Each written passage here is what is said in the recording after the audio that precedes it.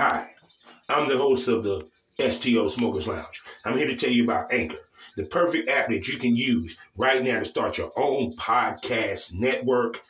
You can broadcast right now. All you got to do is download the app, whether you have a phone, iPad, or even a laptop or desktop. You can right now download Anchor or go to Anchor FM right now and start recording and have your stuff broadcasted over multiple platforms such as Spotify. So go to Anchor today and start your podcast career like I have. Because trust me, I love me some Anchor. Hey, yeah, we back. Okay. So, Yeah, so go ahead. Pick up where I fell off. So I was taking the classes through Lydia Dupra. She had a lady called the Legal Hoe, and she explained, some things to us. And if I take a man into a room and I make love with him and I accept money, that is illegal. But if I take a man into a room and I make love with him and I record it and I put it on the internet and I accept money, now that has become legal. And I had a family that I needed to worry about. So I transitioned in 2017 into the video, because initially before, I was under that principle of like, oh, I don't want my kid to see video of me doing what I do. But the laws are that it's more appropriate for the video to exist, so yeah, it was what it was. But yeah, I don't it's an interesting industry. yes, it is, and I've been in it for 2 decades. So, oh my word. And it's interesting that you said that you post on Craigslist. That showed me that you've been in the game for a minute. Yeah, for a nice minute. Man, the Craigslist thing was crazy because, so you know how I said like the mental health thing, and so when I went to the Bay Area, dating apps was not a thing yet. This is 2013, right? So that's how, if you wanted to post an ad on the internet that you wanted to date, you did it through Craigslist. So I had watched this movie called Craigslist Joe. It's a documentary. And the preface of this documentary is that this guy, Joe, everything he does for 30 days is through Craigslist. And he rides, he takes places, he stays, foods he eats, right? So I'm like, fuck it. I'm about to be Craigslist Kylie. So I started posting ads in the Bay Area that was like BBW seeks date. BBW seeks motorcycle ride. And because I had never been in that part of the game, I didn't realize I was out there escorting for free. I was out there escorting for tacos and shit, the things that they would give me on the date. And then when you exhibit that behavior in Oakland, eventually somebody is like, yo, that's some money, that's a resource. So it kind of rocked that way. But yeah, I was out there being Craigslist Kylie. I did all kinds of stuff. Most definitely. So you being in the game, tell everybody how the game has just changed. You know what I'm saying, from that moment to now. There's a lot of ways. Okay, so when I first started posting in the Bay Area, there was really only 2 other plus size women, and they were very heavy topped, very large breasted white women. And that the diversity of the body types and the different flavors of women that you can get in the plus size genre has definitely plumped up. When I first started doing this, pimps would hire me as a date, but pimps would not work with me as a coach, right? They'd be like, I don't work with fat bitches. But then they would have their bitches out busting dates while they were fucking me, giving me her money, having me climb out of hotel windows talking about my bitch is friends with the maid, I had one date, man, he had pimp tattooed down one forearm and hard tattooed down the other. Yeah, you here giving me your money. Like, it was because I did not know. I was 30 years old, fresh in the game, so I did not know anything from anything. So I had very raw experiences where, as other women, they might not have seen these men in the first place.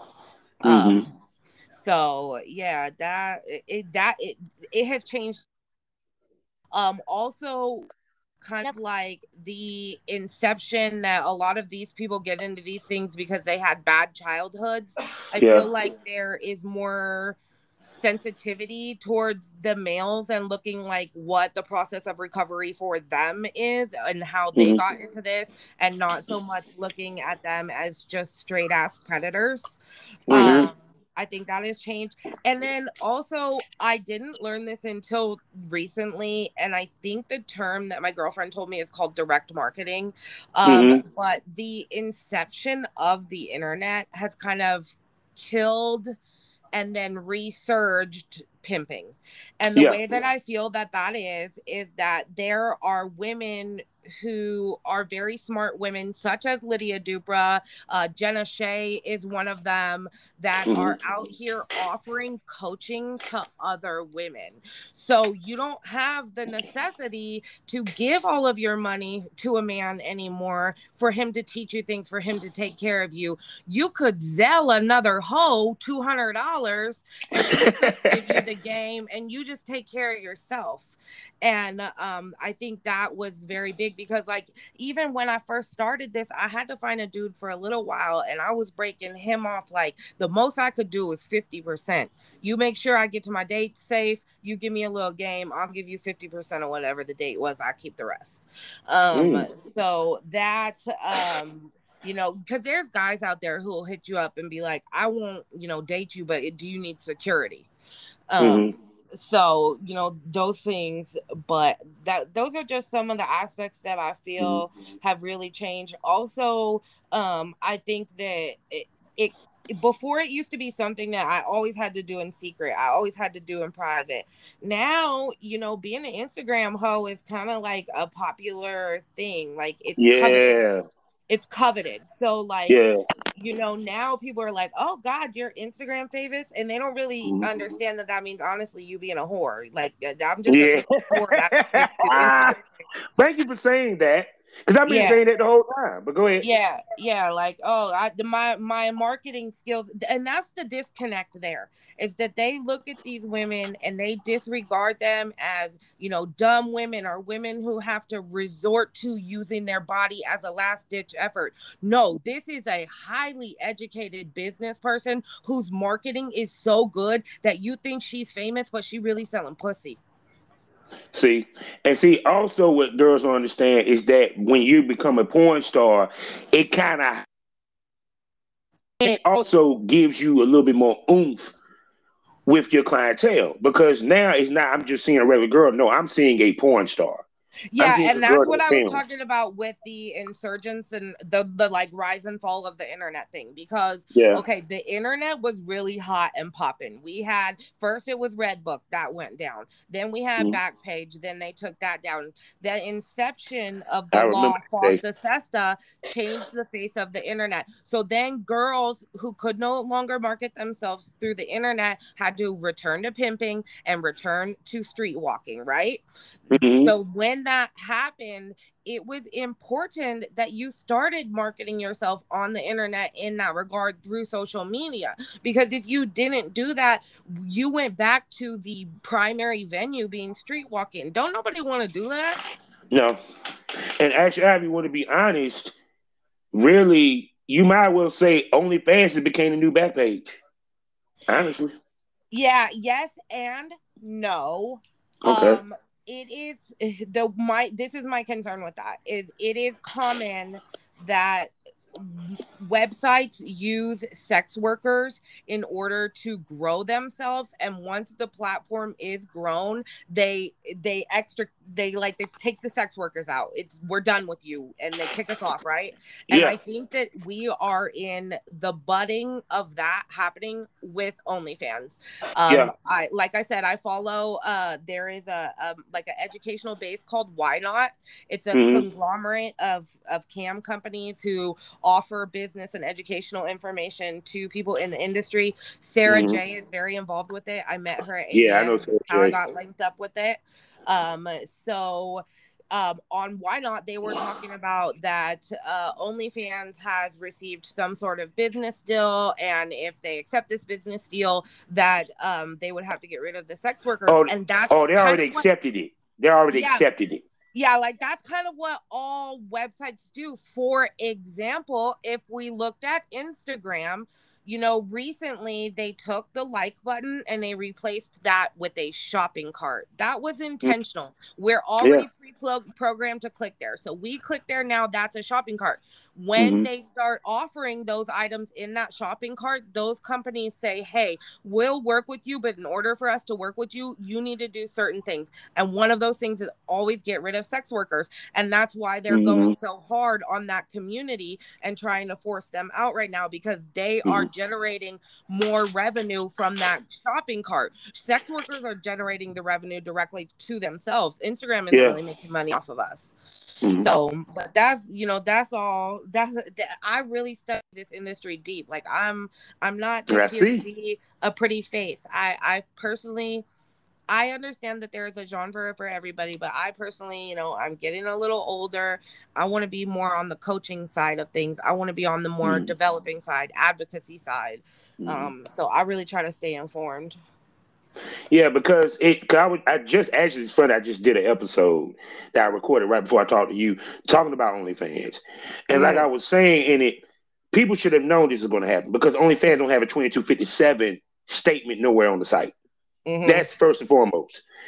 And two, there's other reason why ladies much always put their stuff on different platforms other than OnlyFans. Yep. Because I know you remember this site. You remember rude.com?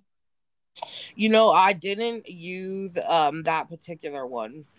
Remember, that went down. That came down. Because remember, it used to be Clips for Sale, Southern Charm, and rude.com.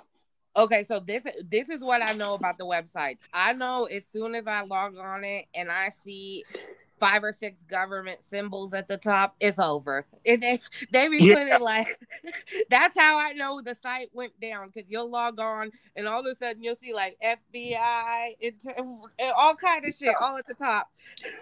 And then the crazy part, it won't just Backpage that got shut down. People gotta remember, there was so many escort sites that got shut down. It was a lot. Bro, like, I just have this personal theory that when Trump got in the fight with Stormy Daniels, he fired all of us. He said, fuck all you bitches, I'm shutting the internet down.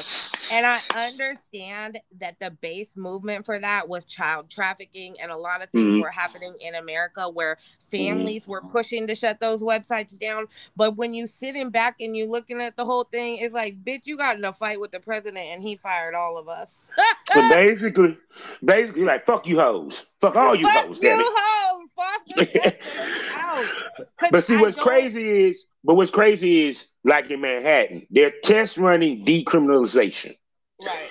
And if, let's say, escort become decriminalized, change.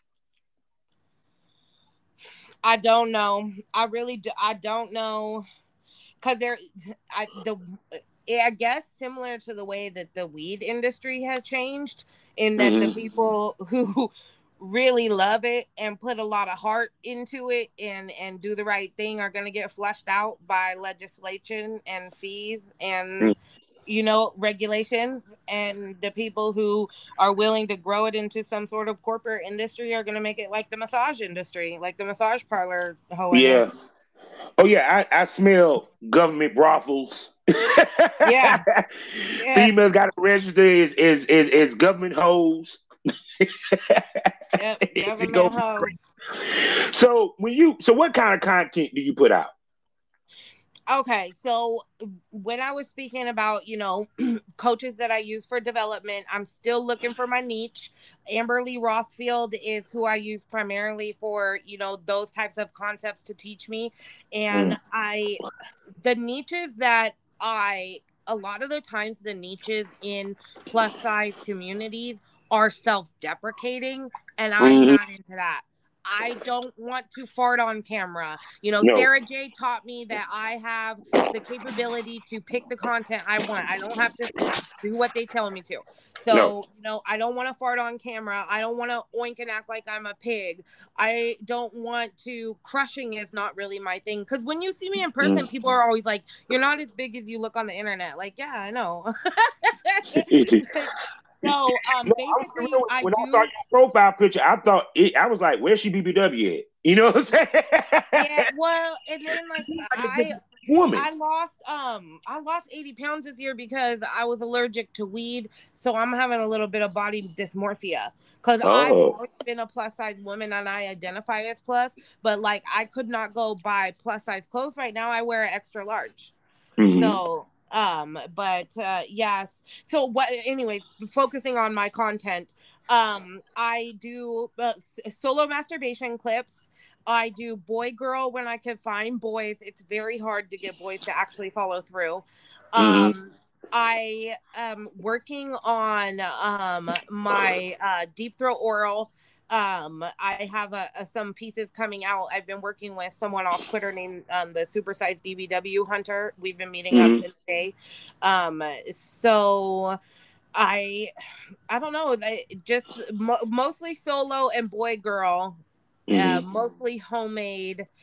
My professional stuff right now is mostly solo. I always book a guy, but he never shows up. I don't know. That's a whole separate thing. Yeah, because I was going to ask you, I was like, do you like go through, do you contact actual factual male times, or you go through, let's say, clients or people, guys that you know? A combination of both, but this is the thing. People don't really realize how expensive porn is to make. So, for example, Dallas Strokes works out of Oakland, right? So, Dallas, I will keep his rate private because that's his private information. But say I wanted to work with him, right? It's $200 a head for us to get tested through talent testing. We're at $400 right there. I have to go to the Bay. And then one of the things about me having an accounting degree and being in this industry is that my nails, hair, lingerie, those are all costs of my video. So just the nail shop's $100 alone, you know? So, okay, now we've got the location. So just between the testing, the location, and the stuff I need to do to make myself a female performer, we're already $600 or $700 in. And then on top of that, I have to pay Dallas his rate to show up.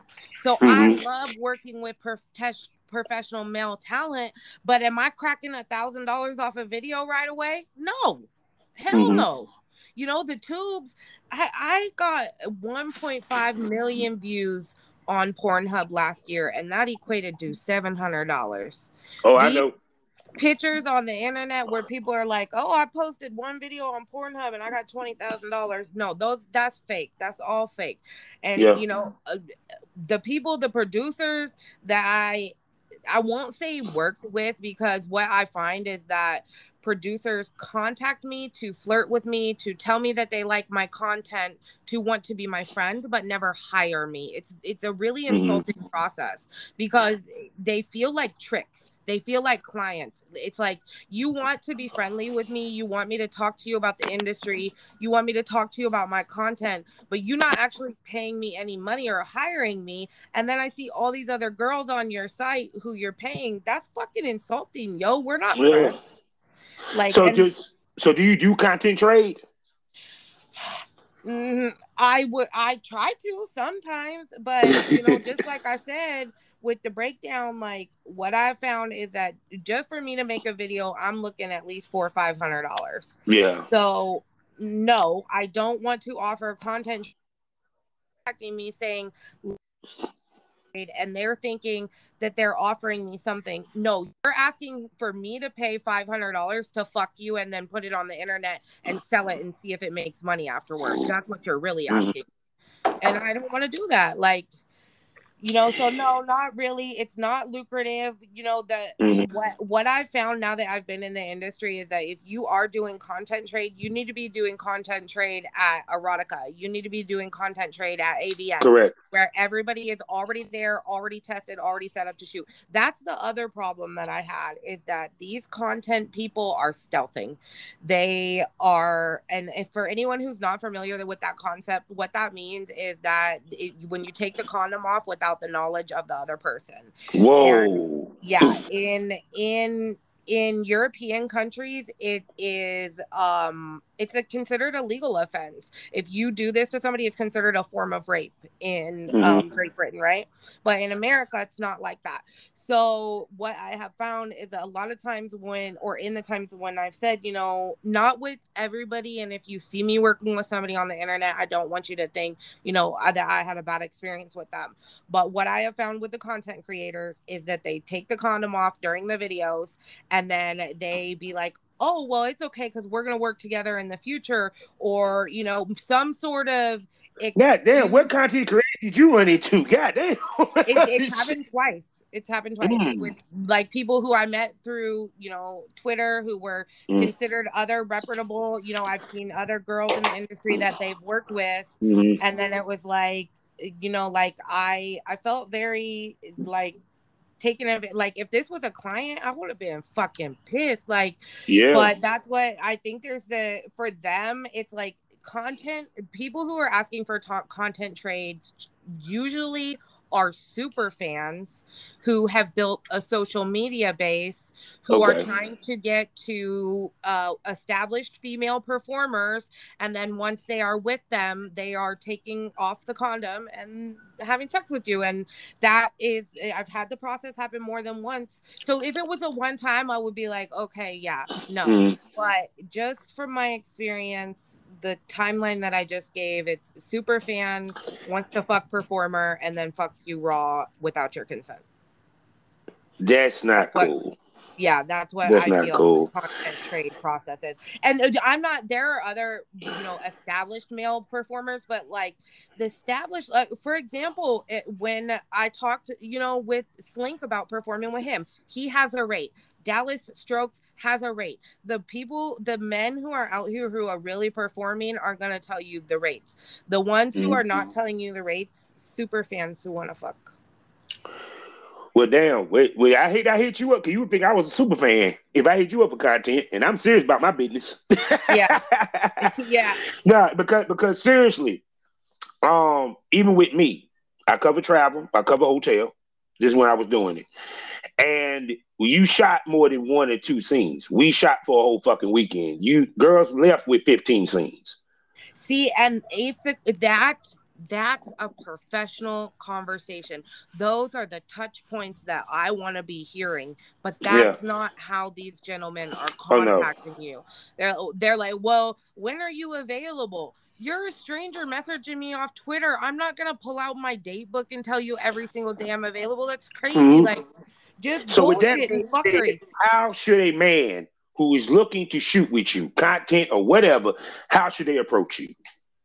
I would say that approaching with this is a business. Just acknowledging, hey, I would like to work with you. Okay, for example, I follow a girl called Charm School for Dancers on Instagram, and she has a script. And the script is for women if you want to do a content trade, but I think it's a fantastic script. First of all, you make sure that you follow each other on social media. If you're not following me, no, the answer is no. So once you have followed me, then you contact me and you say, hey, I follow you. This is the direct aspect of your content that I like. So showing me that you're actually paying attention to what I'm doing and you're not just trying to utilize my followers. Yeah. And then say, I would be interested in doing, you know, a content trade with you. Would you be open to that? And if so, let's discuss costs and what we would cover. Like, just say, that's the thing for me is nobody is acknowledging this is costing me money. It's like they're a puppy dog with a bone in their mouth. Like, hey, babe, I'm the hero coming to be the hero in your videos. No, you asking me to pay to fuck you. Basically. Because even with me, this is why I tell guys, when you approach a female, before you approach professional, you show them your site, you show them your credits. The reason why, because even when, because I used to get girls work in the business. And I'm talking about Evasive Angles. I'm talking about Heat Wave, Busty Baby Dolls. You know some of these companies. And what I did was simple. I sent them a sample of their video, 3 pictures, nude, with their hands standing side by side, front, back, and side, and a list of their sites. The reason why, so he can see that she's experienced, he can see what she looked like without clothes, and see her work. Mm-hmm. That's the same way men should be when they try to contact these ladies. But because the business has become too normalized and too easy for anybody to get into this business, and that's why you run into half the problems you run into. Mm-hmm. Because producers, we used to vet that. That's why, because like I was telling somebody the other day, girls come in the game looking for a cell phone. Back in the day, they came in the game looking for a producer. Mm-hmm. The reason why you need that producer, not just for you to get your content, but also he vetted the male talents. He helped you find the male talents. He helped you find work. You feel what I'm saying? And that's what's missing today. Yeah. Yeah, because basically what's happening for me is, like I said, the cost process that associated with my accounting knowledge, it is not financially lucrative for me to hire a professional male at this point. I'm not making money on my videos like that. Mm-hmm. So, then I'm stuck with working like with, friends who volunteer or, somebody, my videographer. I have a videographer I've been working with for a decade, somebody he might find.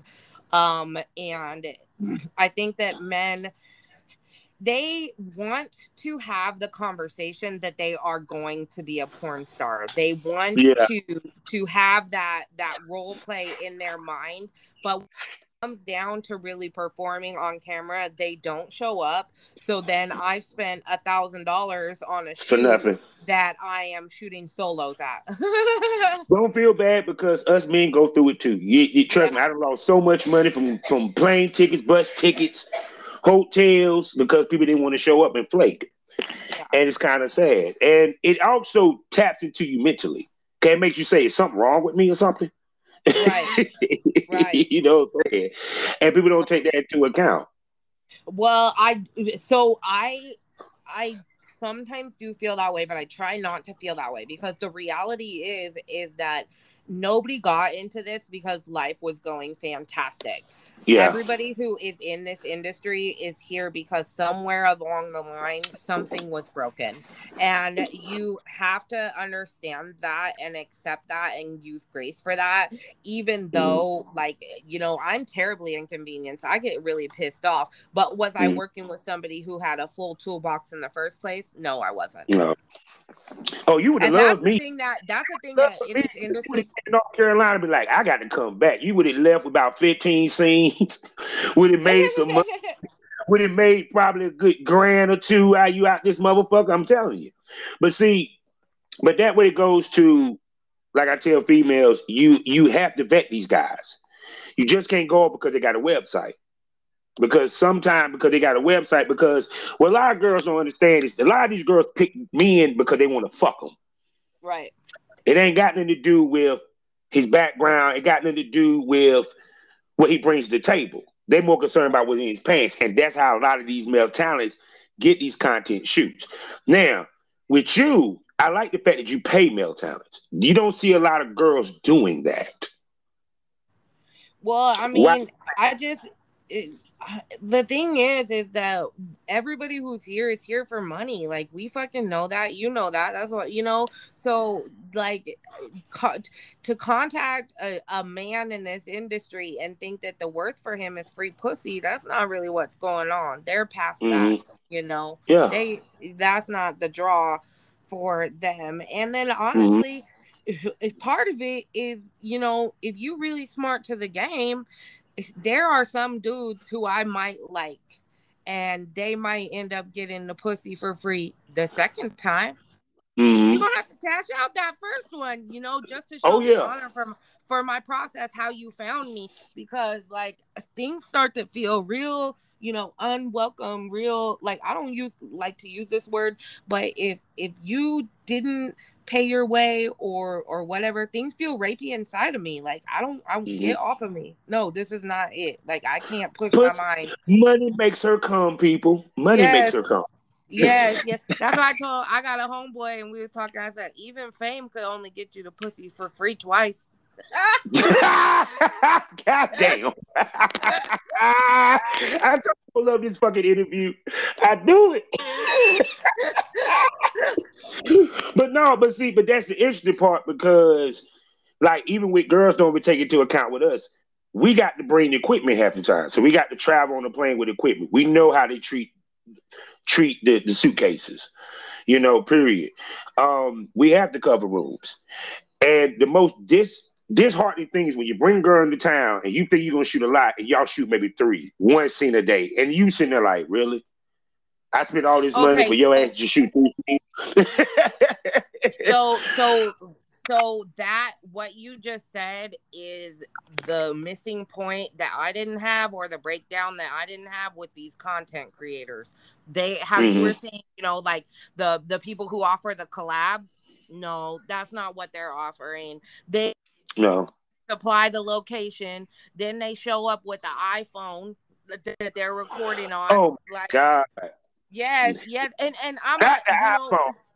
Yeah, an iPhone, like, and then I'll be like, because I have a personal videographer, so I'll be like, well, what if my videographer comes? Oh, well, I'm not sure I'm comfortable with that. Okay, so this reiterates more you trying to fuck for free. Don't want my professional videographer to come. You want to record it on your iPhone, and you're going to take the condom off halfway through? Nah, motherfucker. And see, that's the reason why I tell girls, work with professional male talent. Yep. Even if, because there's professional male talent that do content trades, such as Don Prince, such as Richard Mann, such as Mr. Mysterious. Hell, if you don't mind doing the white dude, holler at my man Billy Pilgrim. Holly Thor. Well, I'm trying to Johnson. work. I've been trying to work. I know I've been talking. I lost my primary Instagram, so some of my business connections have not been reestablished. But like, I have an interest in working with Thor. I have an interest in working. I shout out Stretch 3 times. Anybody who knows him, I got stranded at AVM one year, and he rescued me. And there was no intimacy, no nothing, just a real ass, cool ass, real fucking dude. So if anybody hear this, shout out Stretch 3 times. That's a real ass human being, and he saved me in a real ass situation. So I always like to shout him out. Yeah, because even to the point that having a good team around you, people around you, a community around you helps you a whole lot. And it, like I said, I don't know exactly where you necessarily live, but I truly believe that once you start going to some of these conventions, you're going to see a difference, because a lot of the people that you need to work with, you're going to run into. Yeah, and that's what it is. That if I could encourage anybody, make your connections through AVN, make your connections through erotica. That is the people who is really doing business. Find yourself and a mentor. The people that I have had along the way, Jenna Love, she mentored me along the way. She helped me find I know Jenna Love. Yeah, Jenna Love helped me find business connections for promo. Another thing is, I'm gonna tell you how I became friends with Jenna. I was a fan. She went somewhere and she loved the place, right? So I was at a flea market and I saw Maine. I think she went to Maine. I saw a little keychain and it said, "I heart Maine," but instead of a heart, it was a lobster, right? 75 cents, I think. I pick up the keychain. I looked on her website. She had a P.O. box. I mailed it to her. I said, "I'm a fan of your stuff. I saw this and I thought of you." Ever since then, we've been friends. So don't ever think that's a big dollar bitch. Jenna want a Maserati. Jenna want a tiny pony if you read her website.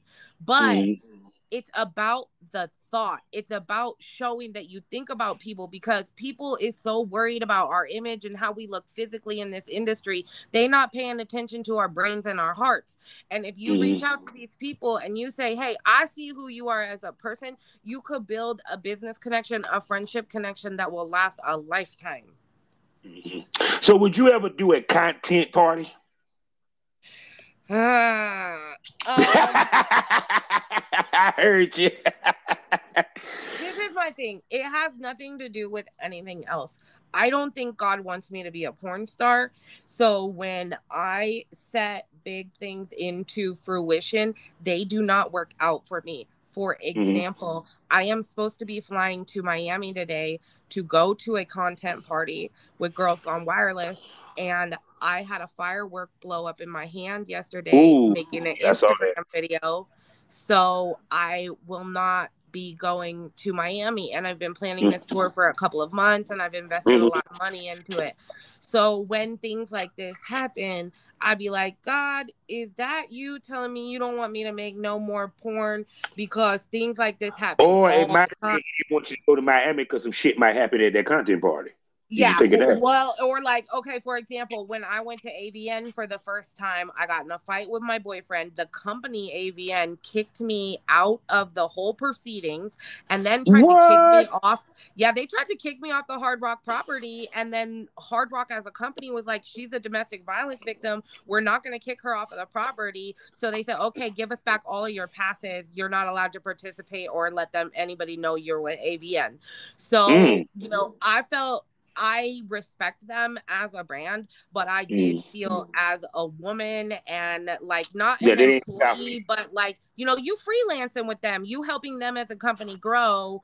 When I got in a bad situation, they were like, no, bitch, we don't want nothing to do with you. So that was hard for me. And there is a little bit of distrust there. But yeah, so that was like the first year that I went to AVN. They kicked me off the property. And then, so all these things happen along the way for me. And then they took my Instagram, which drastically changed my income. So I invested in a permanent makeup artist, like a tattooing class. So really what's out there right now and what I have already made, it's kind of what it's gonna be.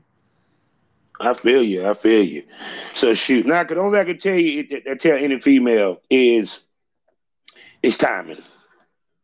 And even with you, and I'm saying this for a guy to be in the business 15 years, and I'm not saying to keep you in the business because I have no dog in the fight because I'm retired. You feel me? But do I think you have the makings of being one of the baddest in the game? Yeah. It's just I think that you ran to a couple of rough spots, and they'll eventually once you start clicking, you'll see. Not tell anybody that. That's the nice thing about me and building my permanent makeup artist. Like, I'm a tattoo artist. I could still be a porn star. I'm not going back to the bank, but I think there is that capability there as well. When I put stuff out, it just seems to, kind of blow up for me.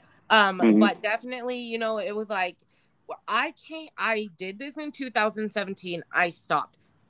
I started again because of COVID. So trying to produce new high quality porn in a pandemic was a lot. So even what's out there from this last year, it's mostly solo content that I filmed on my own. So I do hope that I have more opportunities and continue to grow. But like basically the primary problem for me now is that the amount of I live in Northern California, and working out of the California Bay Area industry is not really popping like that. There's kind of a disenfranchisement there. It's like all for yourself there, And so in order for me to work with people, that means going to LA, that means going to Vegas. A lot of these shoots that they're trying to hire me, they're offering me between $500 and $700. That means that I am breaking even or losing money on the shoot. I cannot do it. So yes, I would love to be in more videos, but until these producers get realistic about the costs of hiring me and the fact that I'm not paying to shoot porn with you, then I don't know what to do, guys. Like, but see, that's what I was saying. When it comes down to it is one, it's just my opinion. Just my opinion. If you can get to the East Coast and you start doing a couple of shoots with some of the top guys over there, it's going to make people pay attention. Because me being a producer and talk to a lot of these big time producers, that's what they look at. They look at who the girl's working with, how much steam she's bringing, how much heat she got going, and how big she's becoming. You know what I'm saying? Mm-hmm. So with you, do not get it twisted. You look like a plumper pass girl. So it wouldn't surprise me one day that Clint called you for that. No, Clint has turned me down 100%. Clint has turned me down since 2013. I'm not sure. I ask him directly what he does not like about me, and he never answers the question. But hey, Clint, I don't know. No disrespect to the brand, but since 2013, he's been telling me no. Yeah. Well, I like, but figured this it is why I was tell fleshy, people, but hey, look at it this way. When he do say yeah, you can tax I'm him. gonna say no. Because I'm from the California Bay Area. I'm raised on E40. I'm raised on Too Short. We are independent. We do our stuff ourselves. I'm not even mad at you. I'll continue releasing my video. Yeah. You tell me yes, I'm going to tell you no. Mm-hmm. Because on the low, these big companies not making money like they used to. You can tell. No, they're not. Well, and that's what that's the thing about educating myself. There's a documentary that talks about the hubs and the inception of them and losing money from that. So I knew even before I started making porn that porn wasn't making no money. Because to be honest with you, like with Brazel, this I know Brazel ain't making money. Brazel would never shoot a BBW, nor would shoot a transsexual. They done both this year. That showed me right there they ain't making much money. Because now you're trying to find fans. You're trying to find traffic. And when you completely switch what you normally do, it's not because you want to be progressive, it's because your money ain't the money that you was making with just regular boy girl with these girls ain't working. So now we need to find something else. Right. Yeah. So when you got the game, was you surprised how popular BBWs are? I personally was not surprised just because I've always been me. But I'm surprised how undercover it is still. I'm surprised that people try to fake that it's not a real thing still. Mm-hmm. I am not surprised that Brazers investigated BBW because they're making money. They're getting money. Eliza Allure gave away $10,000 in the pandemic. She donated to other sex workers, Cupcake Fund, I think it's called. She donated over $10,000. That means that was her disposable income. And everybody want to say, "Oh, you're fat girls, you're this, you're that." No, honey, that's not. No, y'all killing. Y'all killing. Yeah. Because you notice who runs TikTok? The big girls. Right. Twitter, the big girls. You want to be honest? Be honest with you. The only time with Onlyfans, the only ones you see that talk about making money is the skinny girls, but the big girls are up there with them, if not doing better. Yeah. If you look at the people who put their percentages in their screen name, a lot of the big girls are. If you're on OnlyFans and you don't have a point something, you're not popping like that. I personally don't have a point something. I personally don't. But if you're not 0.07%, 0.02%, you're not popping like that. If you still in the 12%. Because remember we talked about it with you being an accountant, you was like, when you think about everything that y'all had to spend, even if that girl make a shitload of money, she's basically still breaking even for what she had to spend to make all them videos. Right. So, because they're not looking at that, ladies. If there is any ladies listening to this, please keep receipts for everything. If you make your videos inside your house, there are two things. One, if you have children, you cannot make videos inside your house at any time, whether or not they are there or not. Two, if you are making videos inside of your house, every dime of your rent is tax deductible. Keep receipts, because if you are earning a lot of money on OnlyFans, you're going to want to negate that with your business expenses at the end of the year. And those business expenses include your hair, your nails, your lingerie, your rent, your gas, your hotel for the shoot. So ladies, we want to be keeping all receipts for those things. And then that way we are not paying the tax man at the end of the year for our OnlyFans. Stop playing with her. God damn it. She know her shit. Right. Stop playing with it. She know her shit. Yeah. Most definitely. See, that's what I'm talking about. Giving people knowledge. That's why I do this podcast. See? That's what podcasts don't talk about this. The concept that game is to be sold and not is great, but it is a part of what is holding us back. Basically. I want my money for the time and effort that I got for the information too. But there are certain times such as this where we need to be open with our knowledge. We need to be sharing so we can move forward, because this is a $1 billion industry, adult entertainment, and we don't need to hide in the shadows anymore. We could be honorable business people out here with the rest of the world. With that being said, baby girl, tell everybody where they can find you.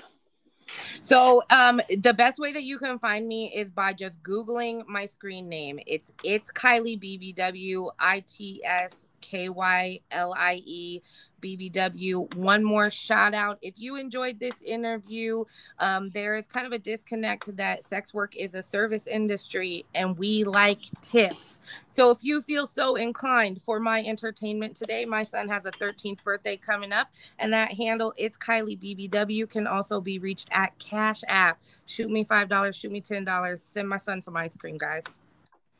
Say no more.